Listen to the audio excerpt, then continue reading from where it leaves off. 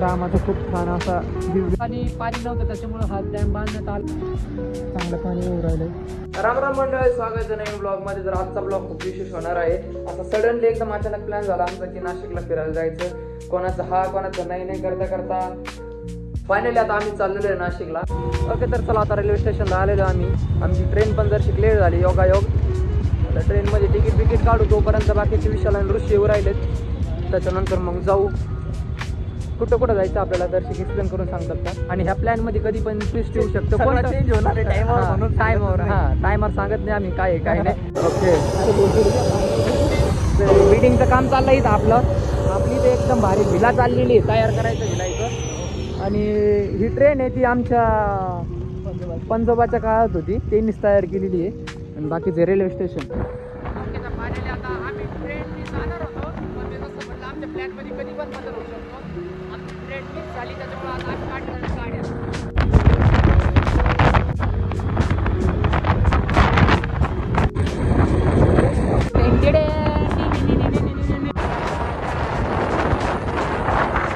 सुरुवात झाली नाही. गणपती बाप्पाचं नाव घेऊन आपण गणपती बाप्पा मोरया.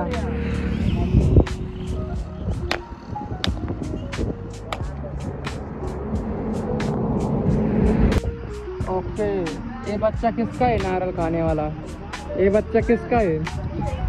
चला आता गाडी फुल करून घेऊ मस्त पैकी. मग आता निघलं एकदा रूटला. चष्मा कसा हँडसम दिसू राहिला. हँडसम म्हणजे कोणी माहिती का? आपल्या पाठीमागचा हँडसम. आपल्या पाठीमागचा हँडसम पहा बरं कसं आहे. हे पाय कसा चष्मा शोभून दिसतोय. काळ्या चेहऱ्यावर काळा चष्मा. पैकी वातावरण कसं झालंय, मस्त वातावरण. वैजापूरमध्ये आलेलो आता आम्ही. आता इथून पुढे थोडंसं किती 100 नाही 150 किलोमीटर आहे. जवळपास 150 किलोमीटर म्हणलं. जाता सकाळी काही खाल्लं नाही. लेकरांना म्हणलं चला नाश्ता खो घालू. हे कुठे गेलेले इकडं आमच्या पुढे स्वामी समर्थ वडापाव, एकदम भारी वडापाव भेटतो इथं या चौकामध्ये वैजापूरच्या. मस्तपैकी खाऊ आता. आणि आमचे एक जण पुढंच गेलं तर त्यांना असं रोडवर तरी दिसलंय तरी काय इतकं काळा नाही ना. मी काळा नाही ना, याला लांबून पण मी दिसलो नाही. म्हणजे विचारतोय भाऊ मला तू इतकं लांबून दिसत होता, तुला मी दिसलो नाही. आणि अजून तर निम्म पण नाही झाला. पण हे पा आमचा ऋषी भाऊ किती गळून गेलाय. ऋषी चलतो म्हणजे नाश्ता कर. सकाळपासून काही खाल्लं नाही ना तो. त्याच्यामुळे नाश्ता कर. गाडी जरा खायच्या चल जायचं आपल्याला लवकर. होय, चष्मा कोणाच घातला होता? लय भारी दिसत होता तुला. मॅचिंग होत होता. काय 140 काय त्र्यंबकेश्वर ना? हा काय नाही, जवळ आहे.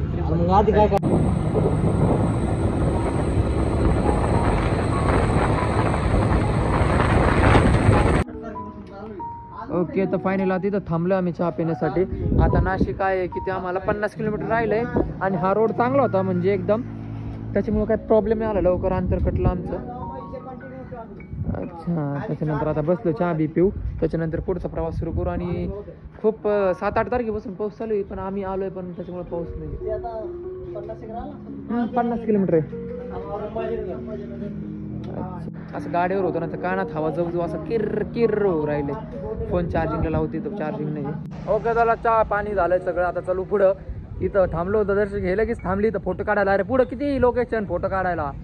मस्तपैकी चष्मा घालू आपण आता. हिरो सारखा दिसू. हिरो सारखाच दिसतो, त्याचं काय विषय नाही बरं का.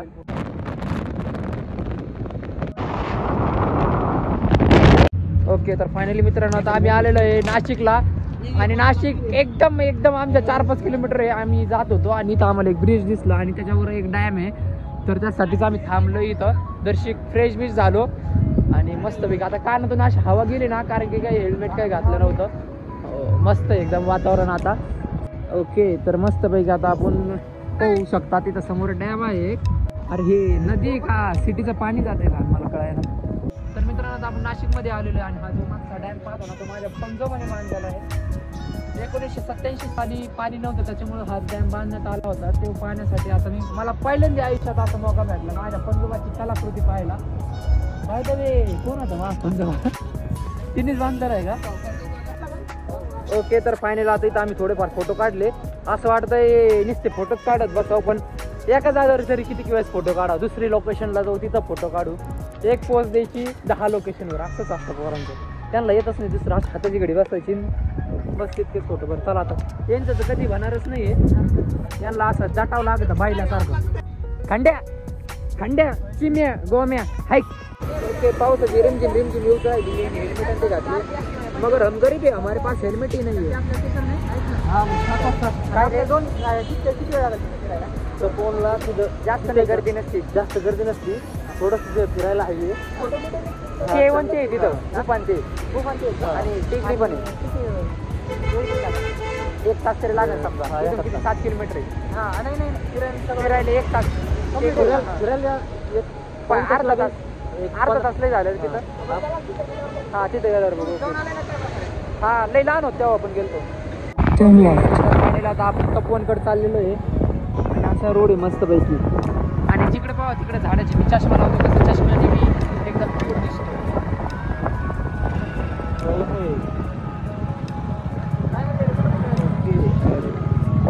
जिकडे पाहा तिकडे नुसतं झाडच इथं रोड ते हे बा झाडं वाचवण्यासाठी रोडच्या मध्ये झाडं. चला आता तपोवनला आलेलो आपण, एक्सप्लोर करू तर कसं आहे काय मंदिरांचे. जशी चौकशी केली तसे भरपूर प्राचीन मंदिर आहेत. ओके समोर पण रामाचं खूप छान असा दिव्य स्मारक आहे. ओके तर फायनली चला आता आपण दर्शन घेऊ. इथं दर्शन झालं, इथं भरपूर देवस्थान सगळे पाहिजे आणि टाइम पण भरपूर झालेला, एकदम भव्य दिव्य मूर्ती. ओके तर फायनली आहे ही समोरची जी नदी आहे ती गोदावरी नदी आहे. छान वाट राहिले. हा त्रिवेदी संगम का? त्रिवेदी संगम, 3 नद्यांचा संगम. ती गोदावरी नदी तिथं 3 नद्याचा संगम झाला असं आम्हाला ऋषीने सांगितलेलं आहे. सध्या आम्हाला 2-3 राहिल्यात, पण असं 1-2 समोर पुढं काही असं. आणि ते सुर्पणखाचं नाक जे कापलं होतं ते हीच लोकेशन आहे. जास्त काय आता आपण सगळे स्पॉट घेऊ हळूहळू, पटकन आवरू. खडकन ते मस्त आहे. लक्ष्मणाने सुर्पणखाचं नाक कापलं होतं ही ती प्रतिकृती आहे, मूर्ती आहे. ही नदी कोणती इकडून? नदी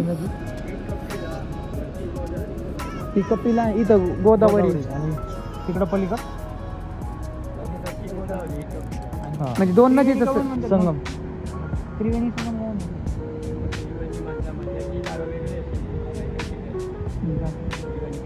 आम्हाला म्हणतात की मला वाटतं 3 नद्याचा संगम आहे त्रिवेणी रामपूर. अच्छा तर याला इथं त्रिवेणी संगम म्हणतात. आणि पाठीमागं पाहिलं सुर्पणखाचे जे नाक असते, सुर्पणखा नखावरून नख नाही नाक आहे, नाक कापलं होतं आम्ही इतक्या वेळेस ते सांगतो. पण हे असं कचरा ते करायला नाही पाहिजे इथं माणसांनी. चला आता मस्तपैकी इथं ऋषी मॉडेल आमचा फोटो काढून राहिला आहे, कॅमेरामॅन प्रतीक सोबत. इथं विशाल ऑब्झर्व करून राहिला आहे कसं करायचं, शिकायचं त्याला. आता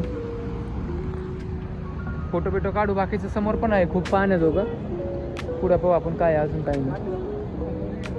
आल्यापासून इथं आत्ता शिकून आलंय, उन्हामध्ये चांगला एकदम सुंदर दिसू राहिलो का मी. मोठे आल्यावर आम्ही आल्यापासून बारके बघायला लागले. मस्त पैकी दादानी मासे पकडले एकदम जिवंत आहे. विशाल खायचं तुमचा बिझनेस आहे का दादा? आपल्या घरापुरते का खायचे? अच्छा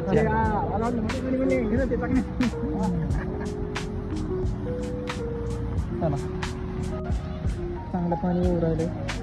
मासा पकडला आला ना एकच नंबर. मस्त पैकी माशाला तळून खाऊ आपण नंतर. संभाजीनगरला गेलो छोटे आहेत ना ते. अरे बापरे कुत्र्यावर दिलं खाल्ला भाऊनी. आता पाहिलंय ते नदीच्या किनारी ते सुर्पणखाचं नाक कापलं, ती इथं प्रतिकृती दाखवलेली आहे. आणि इथं लक्ष्मणजी शेषनाग अवतारचं मंदिर आहे. चला आता लक्ष्मणाचं मंदिर आहे इथं आणि आपण दर्शन घेऊ तिथं लवकर परत पुढच्या प्रवासाला निघू. भरपूर काय कव्हर करायचं. चला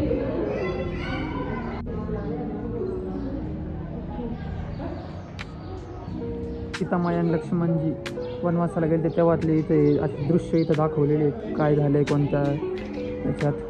तर आता चेंज केलं. इथं स्वामीनारायण मंदिर आहेत, एकदम छान मंदिर आहे तिथं, एकदम गार्डन आणि ते भारी एकदम वातावरण.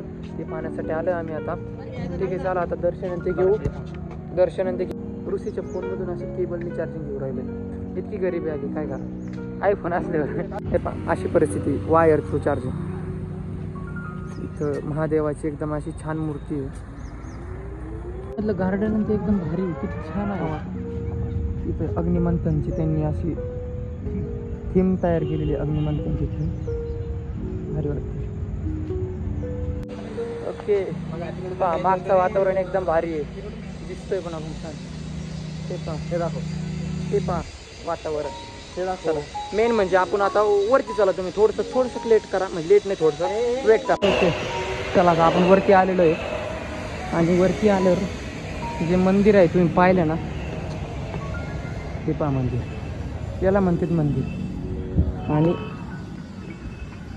एकदम खालून तर काही वाटलं नाही मंदिराचं कसं असेल कसं नाही, पण वरती आल्यावर एकदम खतरनाक.